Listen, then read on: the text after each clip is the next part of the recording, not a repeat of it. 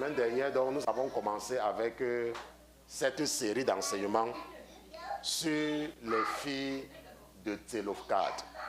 N'est-ce pas? Les filles de Télofcad. Aujourd'hui, ça sera la deuxième partie de cette série d'enseignements. Pour ceux qui ont écouté la semaine dernière, dans la première partie, nous avons d'abord compris qui est Télofcad. Et nous avons compris, n'est-ce pas, qu'il est un descendant de la famille de Manassé. Manassé qui était, n'est-ce pas, l'un des fils de Joseph. Et le frère de Manassé, c'est Éphraïm. Et nous savons que Josué était de la tribu, n'est-ce pas, d'Éphraïm, n'est-ce pas, Josué. Et Caleb, lui, était de la tribu de Juda. Et nous avons donc vu que parmi les enfants de Manassé, pas les enfants directs, ok, il y avait quelqu'un qu'on appelait Télofcad et qui avait 5 filles. Et nous avons même posé la question, n'est-ce pas, qui étaient les filles de Télofcad. Et nous avons vu que les filles, c'était Machla, Noah, Ogla, Milka et Tirtsa. Et nous avons vu que les filles de Télofcad étaient parties voir l'homme de Dieu et l'assemblée de Dieu et avaient posé un problème important. Et Dieu les avait donné raison.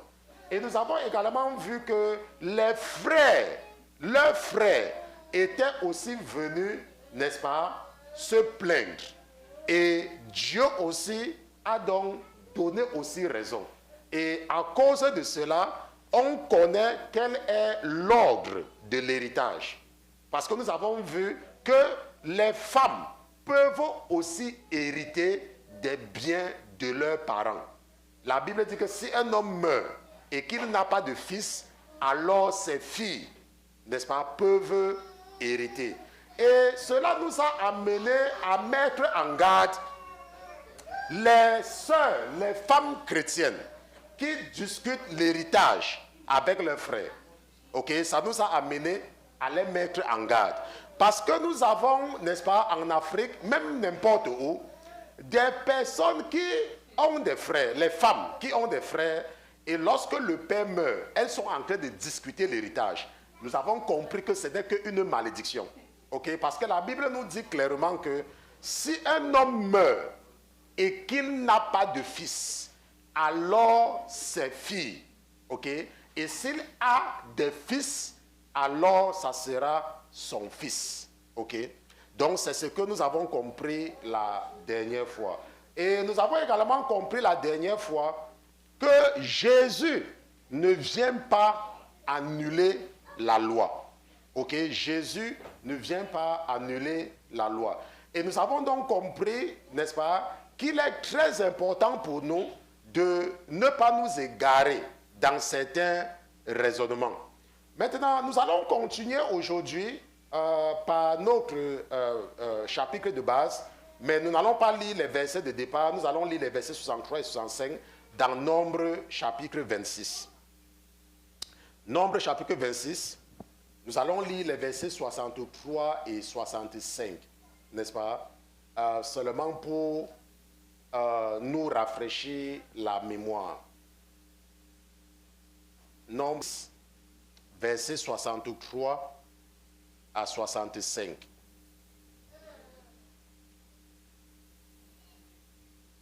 Donc, ça sera avec le frère Pierre. Amen.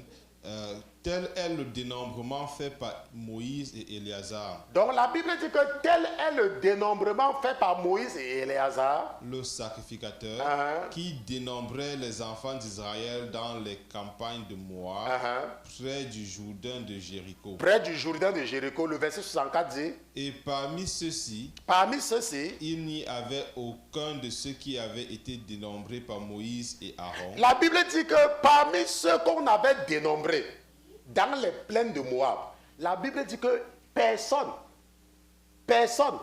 de ceux qui étaient sortis de l'Égypte avec Moïse n'était parmi. Personne. Parmi ceux qu'on avait dénombrés dans les plaines de Moab. La Bible dit que lorsqu'ils étaient sortis de l'Égypte, la Bible dit qu'un ramassis les avait aussi suivis. C'est pour cela qu'il faut comprendre que ce n'est pas parce que tu es dans l'église. Et c'est quand je venais dans le Seigneur qu'un pasteur, un jeune pasteur m'avait aidé à comprendre. Il m'avait dit que my brother. J'ai dit que yes, my brother.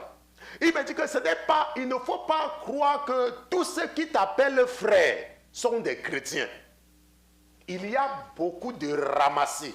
La Bible les appelle les ramassis. La Bible dit que la mixte multitude, dans certaines traductions, on parle de la mixte multitude. Un jour, une jeune dame m'a appelé. Elle me dit, oh, pasteur Christian. J'ai dit que oui, voici le pasteur Christian. Elle me dit, pasteur Christian. J'ai dit que oui, c'est moi le pasteur Christian. Elle me dit, pasteur. J'ai dit que me voici. Et la personne qui l'avait amené, qui lui avait parlé de moi, n'est-ce pas? C'est une personne qui, mettons entre guillemets, est chrétienne. Et la même personne, lorsque celle-là a commencé à s'intéresser à mes enseignements, la même personne m'appelle pour dire que pasteur, la personne là est hypocrite. La personne là n'est pas bien. Pasteur, ne l'aidez pas. Vous voyez un peu. Donc c'est pour vous dire que ce n'est pas tous ceux qui sont dans l'église qui sont des chrétiens. Il faut toujours faire attention quand quelqu'un t'appelle ma soeur ou mon frère. Ce n'est pas parce que quelqu'un va t'appeler ma soeur ou mon frère que la personne va dire, oh ma soeur, prête-moi $1000. Et parce que la personne t'a appelé ma soeur ou mon frère, tu prends $1000, tu prêtes. Ok? Et après, quand on ne te rembourse pas, ça devient le problème du pasteur. Non. Ok? Maintenant, la Bible dit donc que personne de ceux qui étaient sortis de l'Égypte avec Moïse, qui avaient été dénombrés, personne ne faisait partie de ce dénombrement-ci dans les plaines de Moab. On se comprend? Et c'est important en tant que chrétien de comprendre. Ce ne sont pas tous ceux qui disent que Jésus, Jésus, Jésus. Ce ne sont pas tous ceux qui se connectent sur la ligne de prière. Ce ne sont pas tous ceux qui participent au jeûne avec nous qui vont arriver. Laissez-moi vous dire, il y a des gens qui ont jeûné la dernière fois avec nous, que pendant que je vous parle, ils sont retournés dans le monde. Ils n'ont même pas attendu un mois. Ils sont retournés dans le monde. Donc parfois, il y a des gens qui entendent qu'il y a le jeûne. On va jeûner. Ils disent que oui, je vais aussi jeûner. Vous les voyez, ils viennent là. Oui, oui, oui, oui. Ils sont les premiers sur la ligne de prière. Quand vous joignez, vous voyez sur le numéro là. Après, quand on regarde le prochain jeûne, vous ne les voyez plus, ils ont disparu. Ok? Et qu'est-ce que la Bible dit, tonton Pierre? Et parmi ceux-ci, il n'y avait aucun de ceux qui avaient été dénombrés par Moïse et Aaron, le sacrificateur, oui, quand il fit le dénombrement des enfants d'Israël au désert de Sinaï. Au désert de Sinaï. Et qu'est-ce que le verset 65 dit? Car l'Éternel avait dit d'eux. L'Éternel avait dit d'eux. Ils mourront dans le désert. Ils mourront dans le désert. Et il n'en resta pas un. Et il n'en resta pas un. Excepté Caleb, fils de Jephunneh, et Josué, fils de Nun. Et Josué, fils de Nun. La Bible dit qu'ils étaient tous morts. Même pas, excepté 2 personnes. Maintenant, pourquoi est-ce qu'on avait épargné les 2? Parce que ce sont les seuls qui avaient gardé leur foi en l'Éternel, n'est-ce pas, à Kadès. Quand ils étaient là-bas, et ils ont dit que non, nous avons des géants. Vous savez qu'il y a des gens qui viennent en Amérique. Ils viennent en Amérique. Ils ne parlent même pas français. Ils ne parlent pas français. Parfois, ils ont même peur d'ouvrir la bouche. Je me rappelle ma fille, quand elle est arrivée ici, là, quand elle avait un problème, elle dit, papa, pardon, appelle-la alors. Pardon, appelle-la alors. J'ai dit que, mais attends, une vieille maman comme toi. Donc, je vais passer le temps à appeler les gens comme toi. Prends le téléphone, tu appelles. Elle me dit, papa, je ne connais pas parler. Je dis que, comme tu prends le téléphone, tu appelles là. Ce que tu vas dire là, ils vont seulement entendre. Toi, appelle seulement. Tu dis. On va te dire que parlez bien. La personne, c'est la personne qui va apprendre à appeler. Et elle a pris le téléphone un jour et elle a appelé. Et depuis le jour qu'elle a appris à appeler, elle ne m'a plus jamais dérangé. Vous voyez, elle ne m'a plus dérangé. Et elle appelle. Et elle pose son problème. La même chose même avec mon épouse. Un temps là, oh chérie, pardon, appelle. Oh chérie, j'ai dit que mes chéris là même, c'est bon aussi pour appeler les gens. Toi-même, tu dois appeler. Et c'est comme ça qu'elle aussi, elle a appris à appeler. Quand elle appelle, ça sort comme ça sort. Hein? Et on résout son problème. Mon frère Pierre, ça sort seulement comme ça. Mais tu vas dire, maintenant, parfois, quand nous venons en Amérique, nous ne connaissons pas parler français. Et nous disons qu'il y a des gens en Amérique qui sont là depuis des générations. Et c'est ce qui se passait avec les enfants d'Israël. Lorsqu'ils sont partis voir la terre promise, ils se sont dit que il y a des géants là-bas. Il y a des gens qui sont là-bas depuis 4 générations. Il y a des gens là-bas qui parlent bien l'anglais. Il y a des gens là-bas qui comprennent, qui ont les diplômes. Mais nous, comment est-ce qu'on va s'en sortir parmi eux? Alors que quoi? Alors que l'Éternel était avec eux. Vous voyez qu'il y a des gens parmi nous, lorsque nous sommes arrivés dans ce pays, nous ne connaissions personne. Mais aujourd'hui, parce que nous sommes dans le Seigneur, nous sommes assis, nous sommes à l'aise. Vous comprenez? Et à cause, n'est-ce pas, du fait qu'ils n'avaient pas fait confiance à l'Éternel, l'Éternel avait dit qu'il ne devait pas entrer dans la terre promise. Bon, maintenant, ce que nous devons comprendre, parce que nous sommes en train d'étudier le cas des filles de Tselofkhad. Ok? Et mon épouse va remontrer cela, parce qu'il faut que nous comprenions que nous sommes en train d'étudier les filles de Tselofkhad. Ok? Les filles de Tselofkhad. Alors un peu, le frère Pierre va nous lire Nombre chapitre 27. Il ne va pas tout lire, mais nous allons retourner dans Nombre chapitre 27. Et nous allons lire à partir du verset 1. Seulement parce que nous voulons comprendre l'approche des filles de Tselofkhad. Nous voulons comprendre leur approche. Ok? Allons-y, tonton. Les filles de Tselofkhad, oui, fils de Épher, fils de Galad, fils de Maki, fils de Manassé, oui, des familles de Manassé, oui, fils de Joseph, s'approchèrent, oui, et voici les noms des filles, de ces filles. Oui. Majla, donc Machla, Noah, oui, Olgla, Milka et Tissa. Elles se présentaient donc devant Moïse, oui, devant Éliazar, le sacrificateur, et devant les principaux de toute l'assemblée, oui, à l'entrée du tabernacle d'assignation, et elle dit, notre père est mort dans le désert. Notre père est mort dans le désert. Mais il n'était point dans l'assemblée de ceux qui se réunissent contre l'Éternel, dans l'assemblée de Corée. Dans l'assemblée de Corée. Mais il est mort pour son péché. Et il n'avait point de fils. Pourquoi le nom de notre père serait-il retranché du milieu de sa famille? Parce qu'il n'a point eu de fils. Donne-nous une possession parmi les frères de notre père. Bon, maintenant, ce que nous regardons ici, là, c'est qu'on avait déjà fait le recensement. N'est-ce pas? On avait déjà fait le recensement et l'Éternel avait dit que le pays sera partagé par tirage au sort à ceux-ci. Et on va donner la grande partie à ceux qui sont grands et la petite partie à ceux qui sont petits. La décision était prise. Quand le recensement a été fait, on a dit, ok, on va partager. Maintenant, les filles de Tselofkhad ne sont pas restées les bras croisés pour que l'ange de l'Éternel vienne dire à Moïse qu'il y a injustice. Je ne sais pas si on comprend. Les filles de Tselofkhad ont pris l'initiative d'aller. Elles ont pris l'initiative. Elles se sont levées.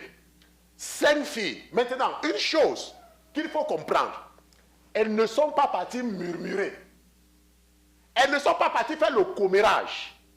Elles ne sont pas parties organiser une rébellion.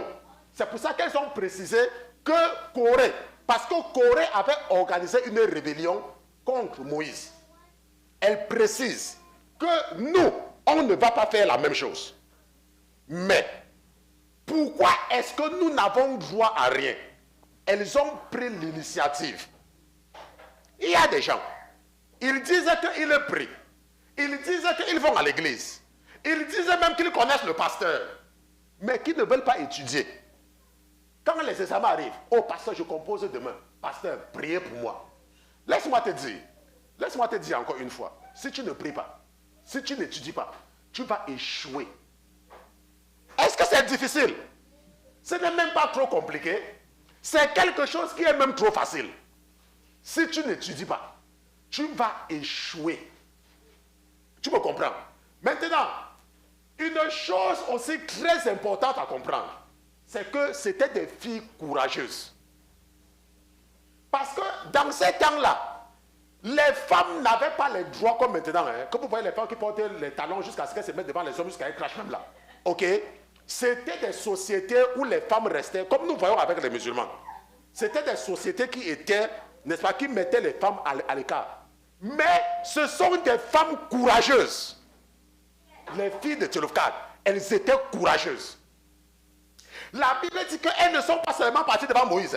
La Bible dit qu'elles ont attendu qu'il y ait la réunion.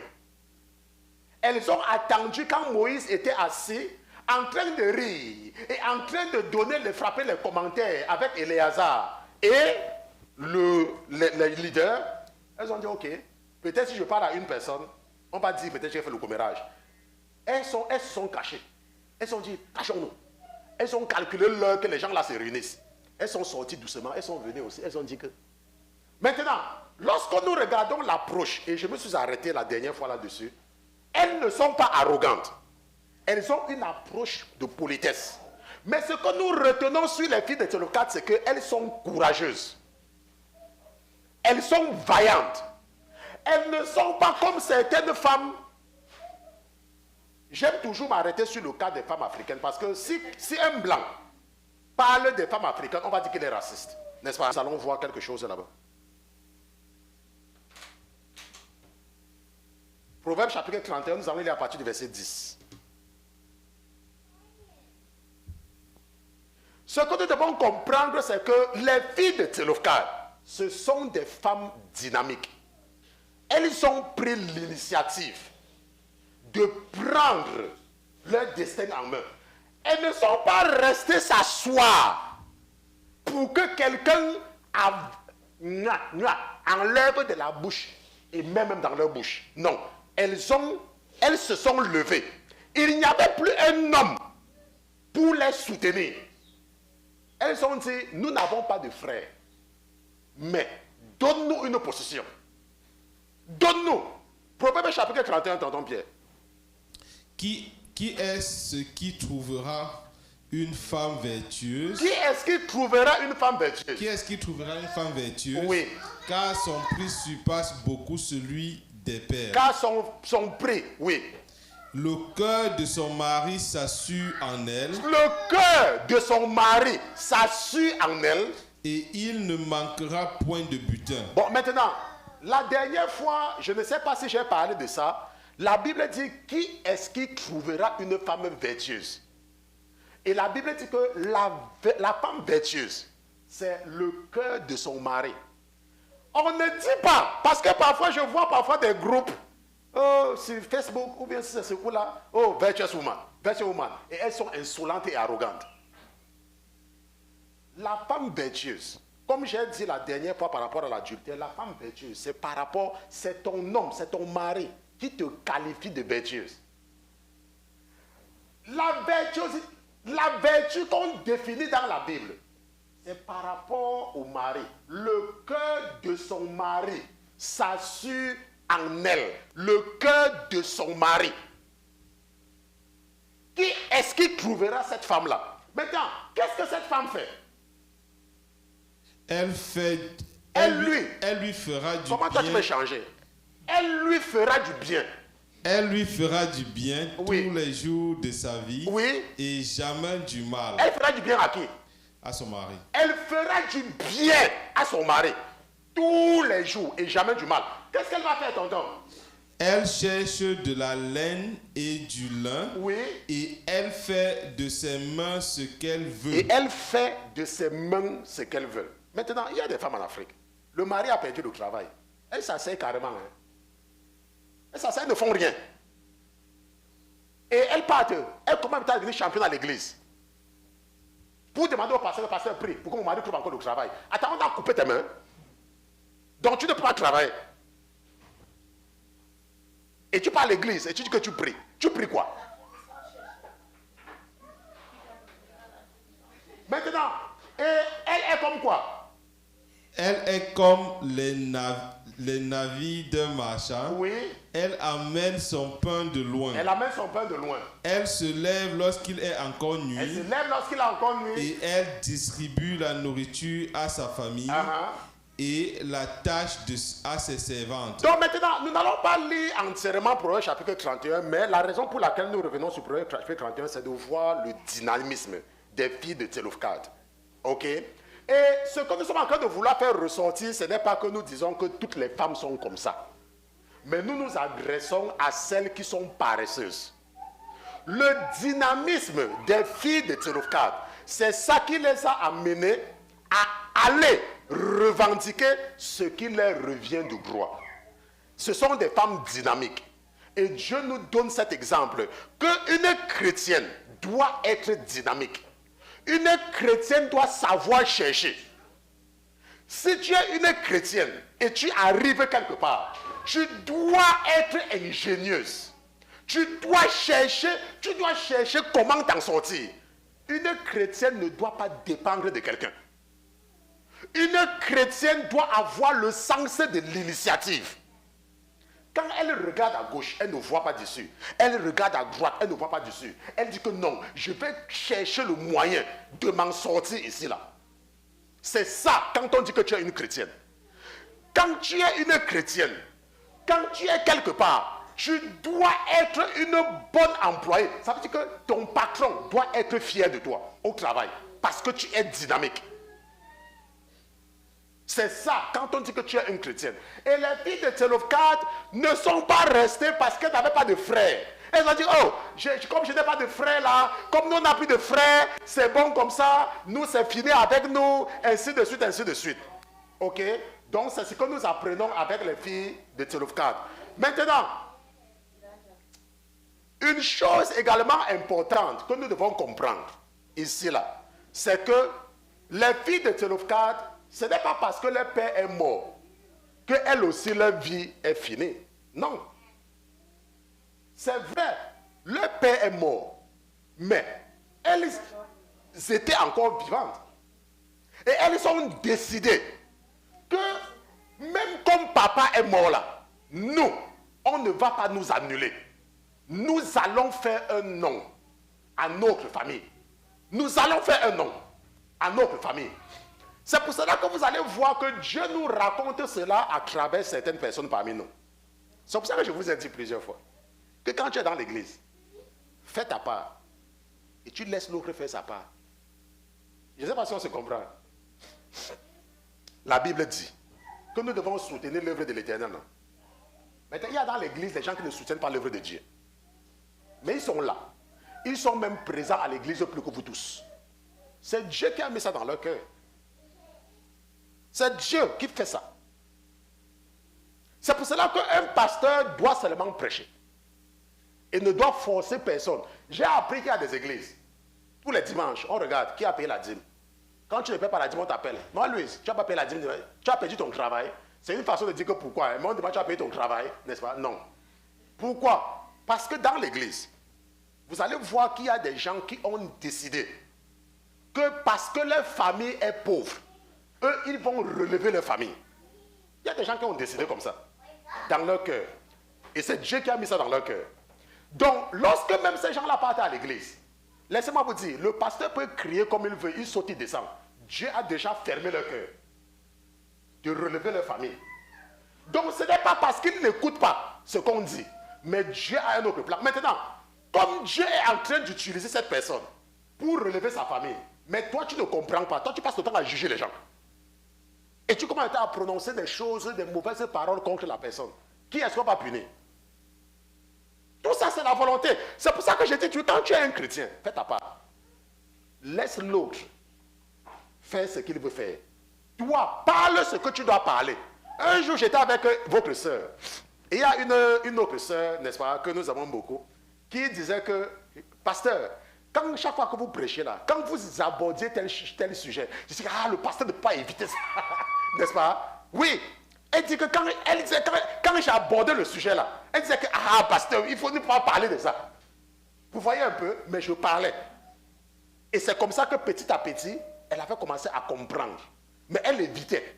d'écouter quand je parlais la partie là. Donc parfois, ces filles-là, supposons que c'est une fille qui arrive en Allemagne, sortant d'une famille très pauvre. Et elle aime l'Éternel, n'est-ce pas? Elle aime l'Éternel. Mais elle voit que sa famille est pauvre en Afrique. Elle voit que sa famille est pauvre. Maintenant, laissez-moi vous poser une question. Donc vous croyez que Dieu va mettre dans son cœur d'abandonner sa famille pour venir financer un certain projet de l'église? C'est possible, comme ça peut ne pas être possible. Est-ce qu'on se comprend? Elle peut décider que non, je vais soutenir mes frères et mes soeurs. Je vais faire que tous mes frères et mes soeurs voyagent pour l'Allemagne. Et elle travaille nuit et jour seulement pour s'assurer que ses frères et ses soeurs vont quitter l'Afrique pour aller tous en Europe. Et nous voyons ça tous les jours. Ce n'est pas qu'ils ne sont pas des chrétiennes. Ce n'est pas qu'ils sont des païennes. Ce sont des gens qui ont l'amour de Dieu. Laissez-moi vous dire que le moment pour elle viendra. Le moment pour elle viendra où quand elle va finir ce elle voulait faire, elle va maintenant commencer, Dieu va maintenant toucher son cœur, de s'occuper. Donc c'est pour cela que quand on est chrétien, nous devons éviter de juger les gens. Nous devons éviter de juger les gens. Le pasteur, toi, prêche ce que tu as prêché. Et toi, fais ce que tu as fait. Laisse-le faire ce qu'il a fait. Moi, j'ai grandi dans une famille où notre maman nous a élevés seuls. Il y avait un homme à côté, comme la plupart des polygames qui ne veulent pas s'occuper des enfants, qui ne s'occupait pas de nous. Et c'est notre maman qui s'occupait de nous, seule, une femme, 8 enfants. Et l'homme était là. Il passait le temps à aller chez ses femmes à gauche et à droite. Et à boire son vin et à fumer la cigarette. Maintenant, à cause du comportement de mon père, j'avais juré en tant qu'un enfant que je ne fumerai jamais et que je ne boirai jamais. Parce que je voyais que c'est quelque chose de mauvais. Maintenant, qui est-ce qui avait fait qu'il boive et qu'il fume? Ce n'est pas l'Éternel. Parce qu'il voulait me préparer à être un pasteur exemplaire. Donc, c'est pour ça que la cigarette, je ne touche pas, la boisson, je ne touche pas. Et je suis toujours alerte. Quand vous appelez le pasteur vous connaît tous. Il connaît même le nom de vos enfants. Il connaît même là où vous travaillez. Il connaît... Pourquoi? Parce que son cerveau n'est pas dispersé dans l'alcool. Maintenant, quand mon frère est en train de grandir et il voit comment sa mère souffre pour élever ses frères et ses soeurs, quand lui il commence à travailler, vous pensez qu'est-ce qu'il fait? Il dit, j'ai vu ma mère souffrir. Je vais lui épargner cette charge-là. Et il a ramassé tous ses frères et soeurs pour s'occuper d'eux et laisser sa mère seule. Maintenant, supposons maintenant que lui, il a une femme. Qu'est-ce que sa femme va dire? Qu'elle ne s'occupe pas de lui, non? Sa femme était là quand sa mère souffrait pour les élever. Sa femme était là. Et c'est ça que parfois certaines personnes ne comprennent pas. Maintenant, supposons que mon frère, celui que je raconte, dans ce cas c'est mon frère, il est décédé déjà, ok? Supposons qu'il parte à l'église. Supposons maintenant qu'il parte à l'église. Et pendant que le pasteur dit que nous avons besoin de ceci, ça ne touche pas son cœur. Pourquoi? Parce que dans son cœur, il est en train de vouloir soulager la charge de sa mère. Parce que c'est Dieu qui a mis ça dans son cœur. Et il y en a comme ça dans l'église. Il y a des chrétiens dans l'église, que vous allez les voir, ils ne payent jamais la dîme. Ce n'est pas parce qu'ils ne veulent pas, mais c'est parce que ce qu'ils ont vécu en tant qu'enfants, ce qu'ils ont vu dans leur famille. Maintenant, toi, tu peux te dire que, oh, mais il peut s'occuper avec les 90%, il faut le laisser. C'est toi qui comprends qu'il peut s'occuper avec 90%, mais lui, il comprend qu'il a besoin de 100%. C'est pour ça qu'en tant que chrétien, nous devons éviter de juger. Supposons que le Seigneur veut attirer notre attention sur l'impudicité. Et chaque fois que je prêche et je parle de l'impudicité, il y a quelqu'un qui m'écoute qui passe son temps à regarder la pornographie, n'est-ce pas? Et parce que Dieu veut nous mettre en garde. Et il endurcit le cœur de la personne de continuer à regarder. Et peut-être 1 an ou 2 ans après, la personne tombe malade. Et quand la personne est malade maintenant, on dit que, mais attends, mon frère, comment nous ici parmi nous, nous sommes tous à l'aise? Comment c'est toi qui es malade? Et la personne maintenant vient confesser. Que quand le pasteur prêchait, je ne comprenais pas, je partais, je regardais la pornographie. Maintenant, qu'est-ce que nous allons? Ça peut nous aider tous à comprendre. Maintenant, est-ce que lui faisait parce que Dieu voulait nous enseigner quelque chose? Et c'est pour ça que je dis souvent que quand on est chrétien, évitons de juger les gens. Viens à l'église. Assois-toi là où tu dois t'asseoir. Écoute comme tu peux écouter. Ce qui t'intéresse, mets en pratique. Ce qui intéresse la voisine, ce n'est pas ton problème. Laisse le Saint-Esprit s'occuper de la voisine. Laisse le Saint-Esprit s'occuper du voisin. Et toi, tu fais seulement ta part. Et c'est comme ça. Maintenant, les filles de Tselofkhad ont décidé que leur famille ne devait pas disparaître. OK? Et elles ont pris cette initiative. Elles ont pris l'initiative d'aller revendiquer quelque chose.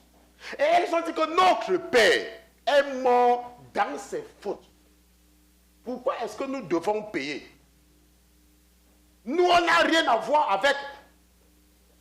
Pourquoi c'est nous qui devons payer? Pourquoi est-ce que le nom de notre père doit être oublié? Parce qu'il n'a pas de fils. Pourquoi? Maintenant, une chose importante que nous devons comprendre, parce que je voulais, n'est-ce pas, qu'on arrête quelque part ici. Je vais faire une parenthèse avant de continuer. C'est l'attitude de certaines personnes qui ne comprennent pas. Vous voyez que la compréhension, c'est ça qui manque à beaucoup de personnes. La compréhension. Prenons un peu le cas du sida.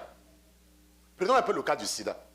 J'ai appris ce matin, le pasteur Oum du côté du Cameroun m'a texté la mort de la sœur Caroline, qui a gagné un des projets que nous avons lancé ici la dernière fois.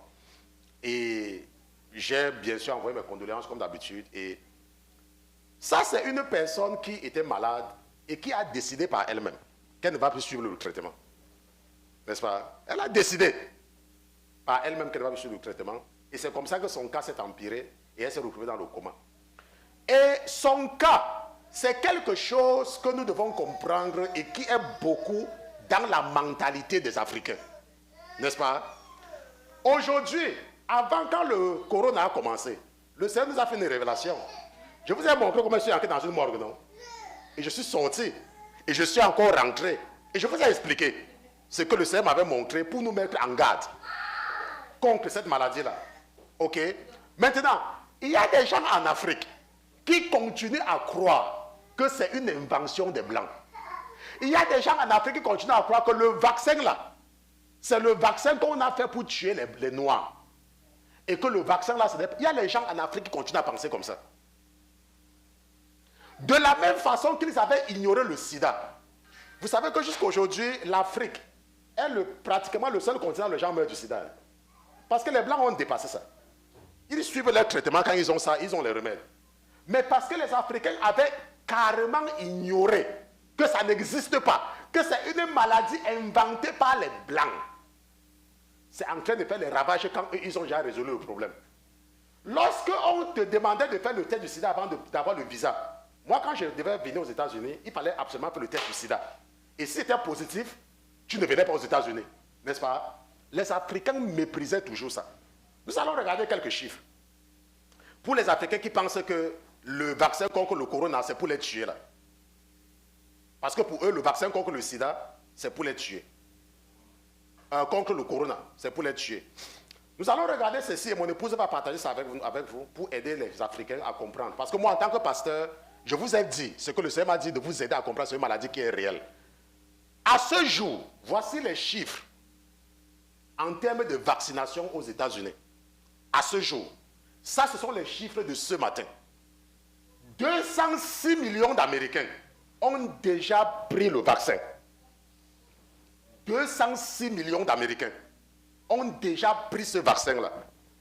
Parmi lesquels 82,5 millions ont déjà complètement été vaccinés. Pourquoi? Parce qu'il y a deux qualités de vaccins.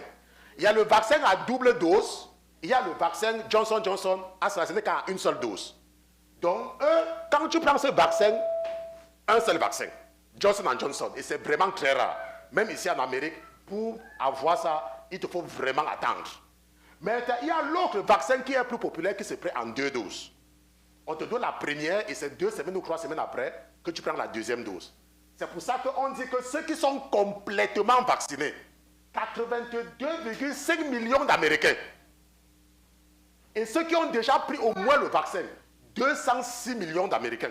Maintenant, le Seigneur m'a permis, moi, parce que je suis que pasteur, je côtoie, je ne parle pas des millionnaires, hein. Peut-être que je n'ai pas des millionnaires, vous allez croire que vous pouvez me comparer à eux. Les gens que je côtoie dans mon travail, ce sont des milliardaires en dollars. Et je parle avec eux. Pourquoi? Parce que j'entre même dans les chambres. Le travail que je fais me permet d'entrer dans les chambres. Et nous avons des conversations comme... Puisque leur confort dépend de moi.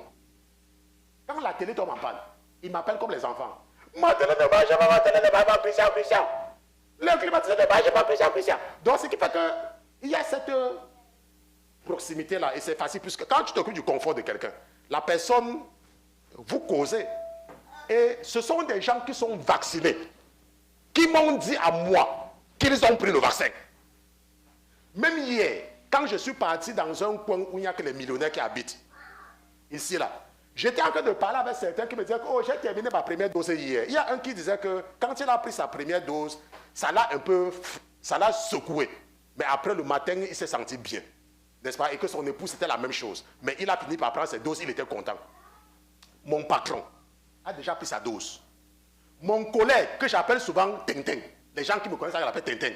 Il m'a demandé l'autre jour, Christian, when are you going to take yours? J'ai dit que mine, I don't know. Ils ont déjà pris. Donc, je suis avec des gens qui se sont déjà vaccinés. Et je ne vois rien de mauvais sur eux. Maintenant, vous allez voir que la mentalité des Africains, c'est que c'est la marque de la bête. Que si tu prends le corona, ça va changer ton attitude. Tu vas commencer à devenir le chien. Tu vas commencer à monter comme ça, machin, truc. Et vous allez vous rendre compte que les Africains vont mépriser le Covid. Et quand les Blancs, quand je parle des Blancs, il ne faut pas croire que c'est la peau. Hein. Je parle des gens qui sont éduqués. Les gens qui veulent... Quand eux, ils vont dépasser cette maladie, ça va commencer à ravager l'Afrique. Parce qu'ils seront négligés. Avec des prétextes stupides. Manque de compréhension. Maintenant, c'était juste une parenthèse que je faisais pour aider la communauté africaine. Parce que c'est que quelqu'un m'a dit un jour que pasteur, faites attention à ce que vous dites parce que beaucoup de gens vous écoutent. Donc je vais aider parce qu'il y a les dirigeants des SBA qui m'écoutent. Voilà les chiffres et ça va les aider à conseiller bien leurs ministres et leurs gens qui sont en train d'écouter les voyous spirituels au quartier pour qu'ils ne fassent pas attention au Covid-19. Ok? Maintenant, ce que nous avons également vu avec le cas des filles de Tselofkad et que le Seigneur nous permet de comprendre, et c'est là où nous allons nous arrêter, c'est sur l'âge de la maturité spirituelle. Le frère Pierre va lire avec nous Nombre chapitre 1.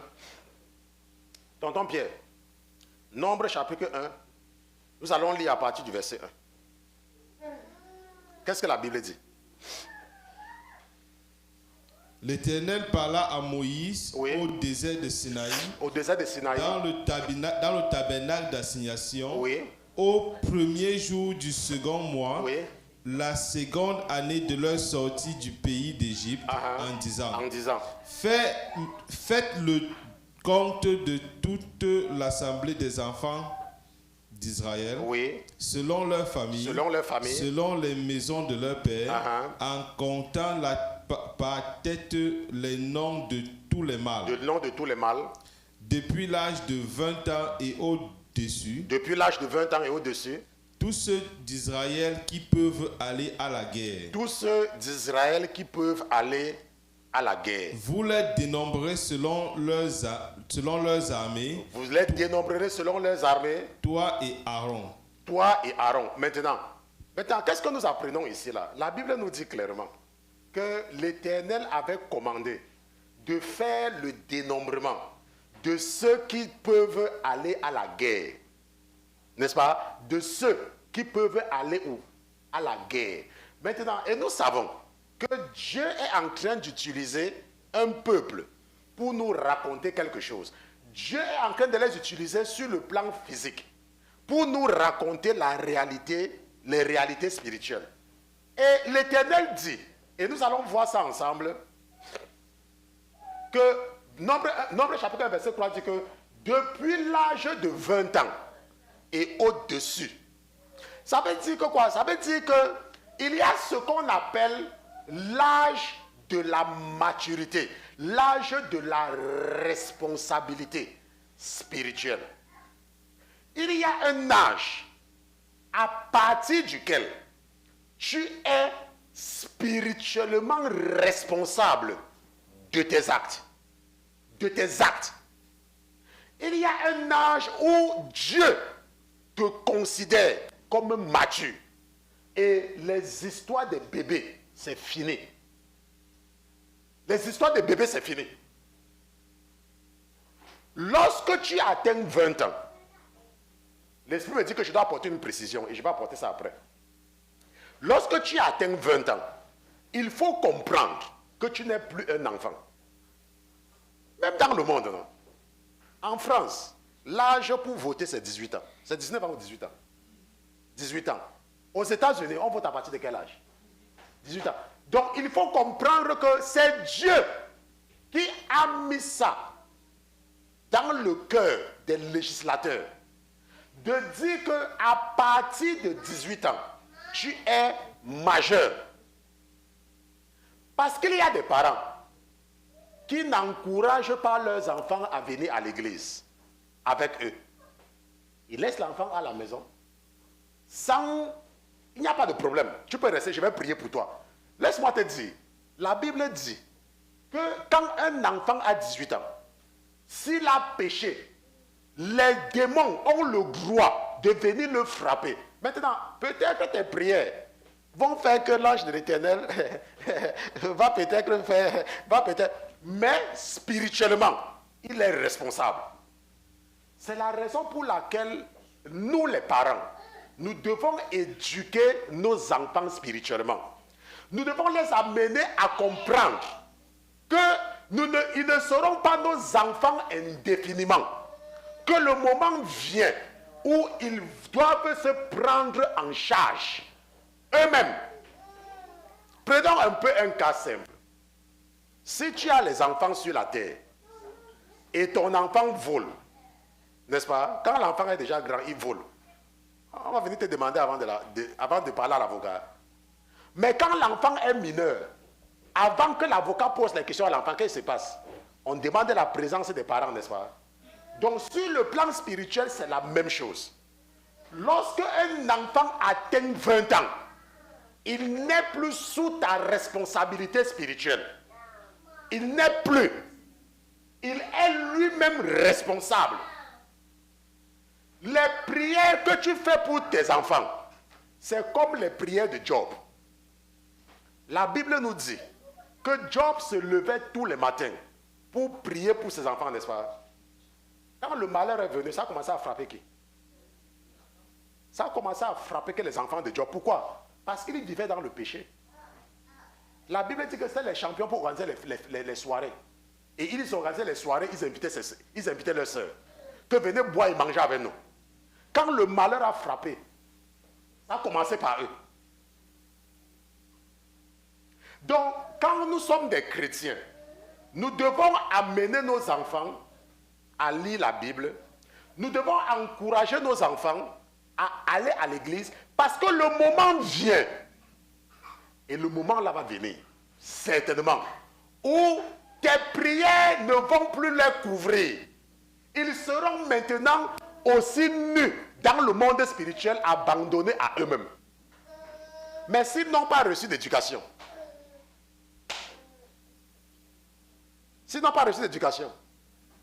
ils vont donc faire comment? Tonton Pierre, Ézéchiel chapitre 18.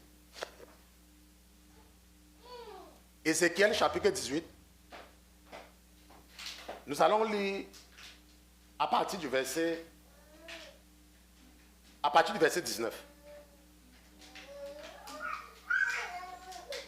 Qu'est-ce que la Bible dit?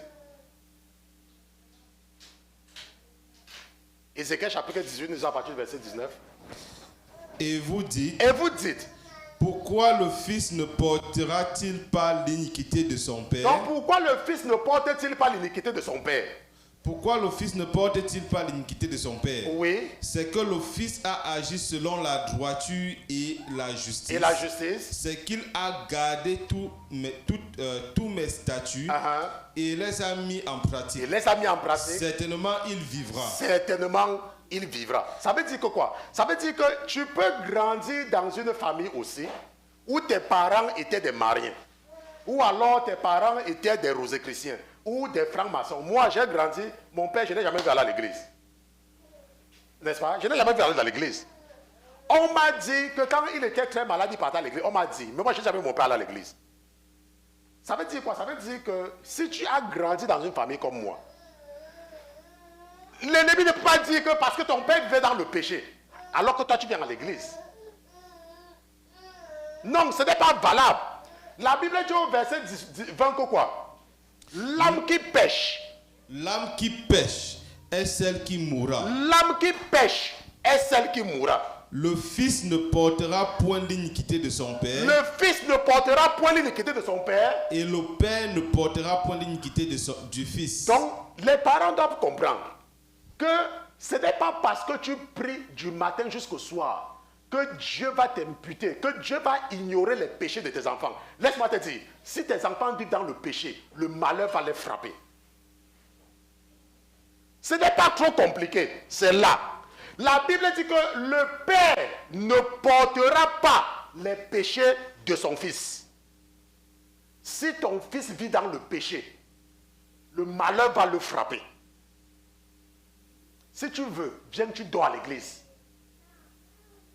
Donc, il est donc sage, en tant que parent, d'amener l'enfant à l'église. Ce n'est pas une question que tu vas laisser l'enfant faire ce qu'il veut parce que tu pries. Laisse-moi te dire, l'ennemi peut te tromper pendant que tu es encore en vie pour qu'il lèche le sang de tes enfants comme on lèche le chocolat que maman Louise aime. Le moment venu, il lèche le sang. Vous savez que les sangs sont différents, non? Vous ne savez pas, hein? Les sangs sont différents, hein? Vous croyez que Dieu nous montre beaucoup les animaux différents, pourquoi? La viande de la chèvre, c'est comme la viande du bœuf. Les sangs sont différents. C'est comme vous voyez les femmes. Il y a les femmes qui sont plus belles que d'autres femmes, non? Il y a les hommes qui sont plus beaux que d'autres hommes, non?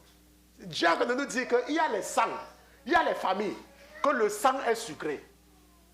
Donc les familles là, quand il y a l'occasion, hein, vous voyez, quand il y a l'occasion pour boire le sang, hein, ils ne ratent même pas l'occasion.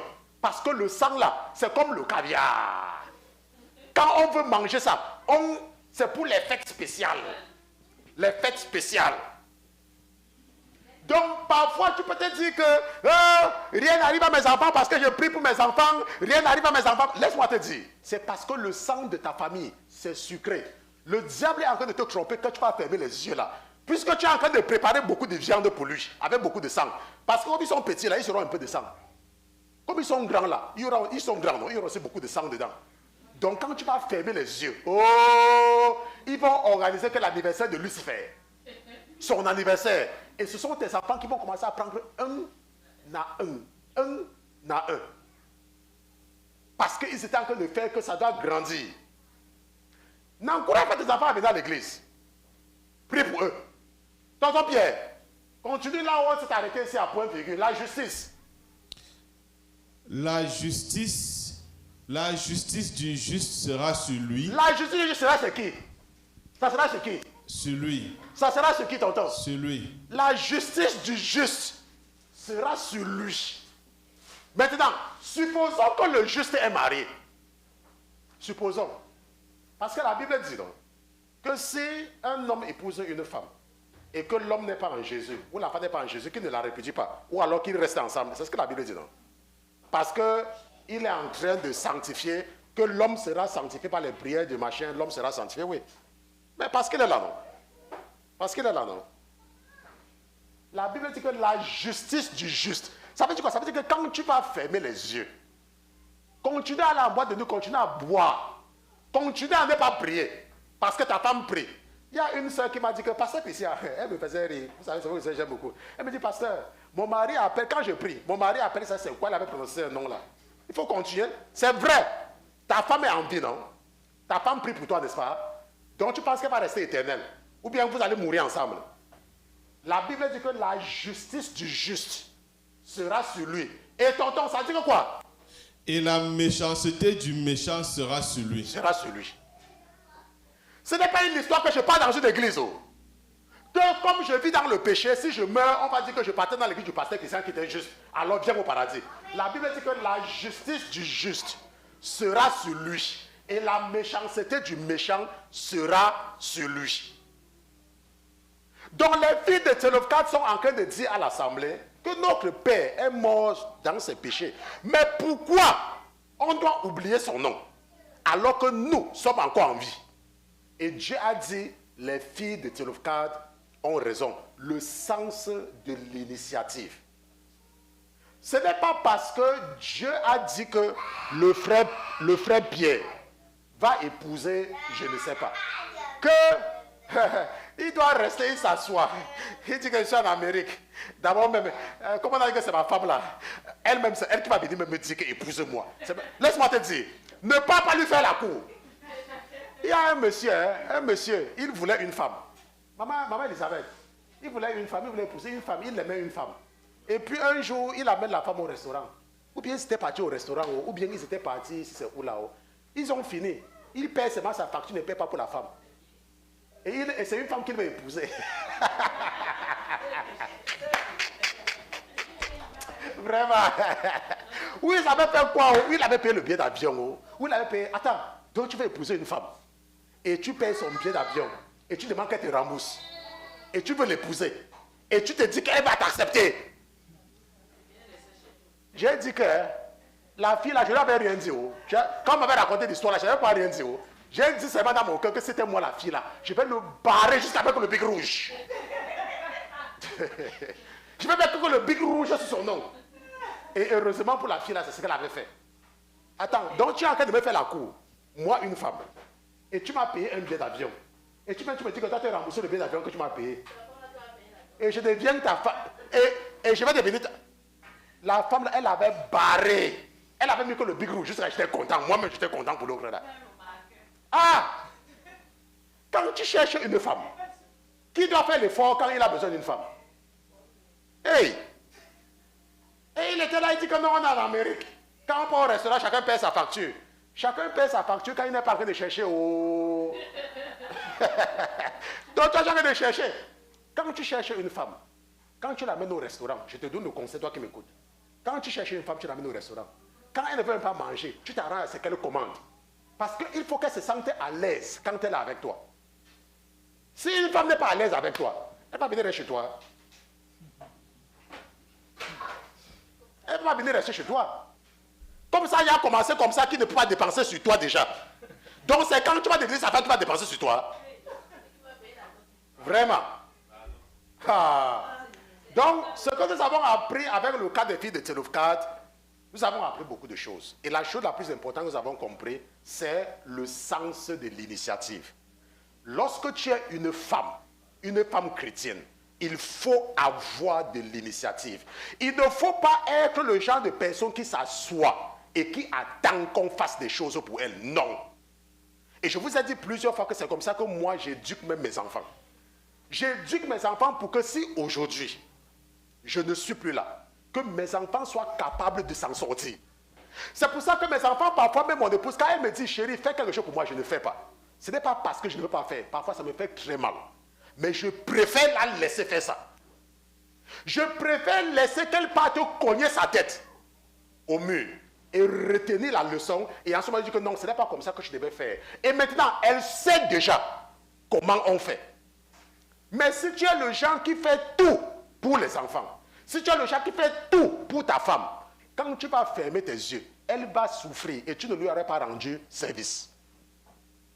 Il faut avoir l'initiative.